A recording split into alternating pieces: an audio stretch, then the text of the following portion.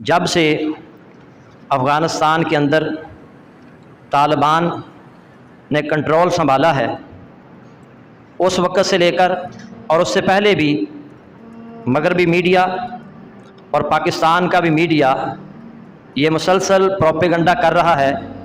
کہ وہاں عورتوں کے ساتھ کیا ہوگا، کیا عورتوں کے جو حقوق ہیں کیا ان کو دیے جائیں گے۔ یاد رکھیں وہ حقوق ان حقوق کی بات کر رہے ہیں جو وہ سمجھتے ہیں۔ یہ مسلسل پروپیگنڈا کیا جا رہا ہے کہ طالبان عورتوں کو ان کے حقوق نہیں دیں گے، حالانکہ اسلام نے عورت کو جو عزت جو مقام عطا کیا ہے وہ اسلام سے پہلے کسی نے اسے نہیں دیا۔ اسلام نے عورت کو عزت دی ہے،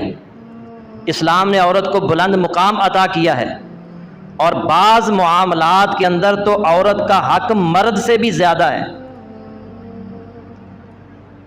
اور ہمارے جو مغرب زدہ لوگ ہیں وہ بھی پروپیگنڈے کا شکار ہو جاتے ہیں اور وہ بھی ان کی بولی بولتے ہیں۔ میں آپ کے سامنے آج کے خطبہ میں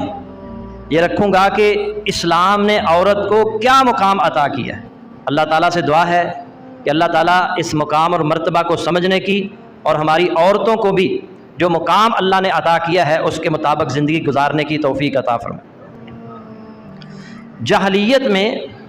عورت کی کوئی عزت نہیں تھی، بلکہ بعض قبائل ایسے تھے اگر اس کے ہاں بیٹی پیدا ہو جاتی ان کے ہاں تو اس بیٹی کو وہ زندہ درگور کر دیا کرتے تھے۔ اللہ تعالیٰ نے قرآن مجید میں فرمایا وَإِذَا بُشِّرَ أَحَدُهُمْ بِالْأُنثَىٰ، جب ان میں سے کسی کو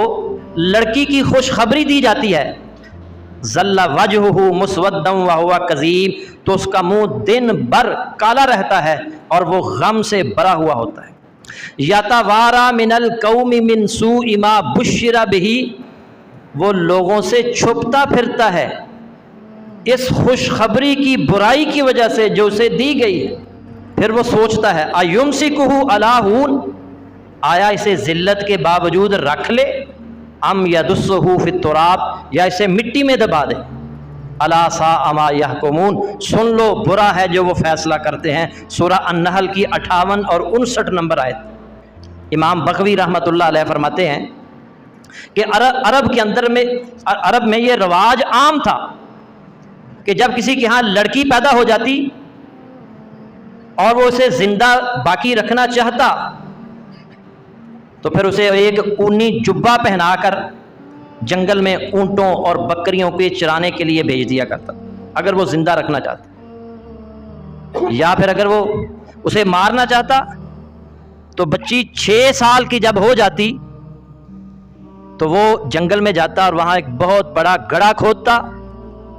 اور پھر واپس اپنے گھر میں آتا اور اپنی بیوی سے کہتا اس بچی کو اچھی طرح تیار کرو، اچھا لباس اس کو پہناؤ، میں اسے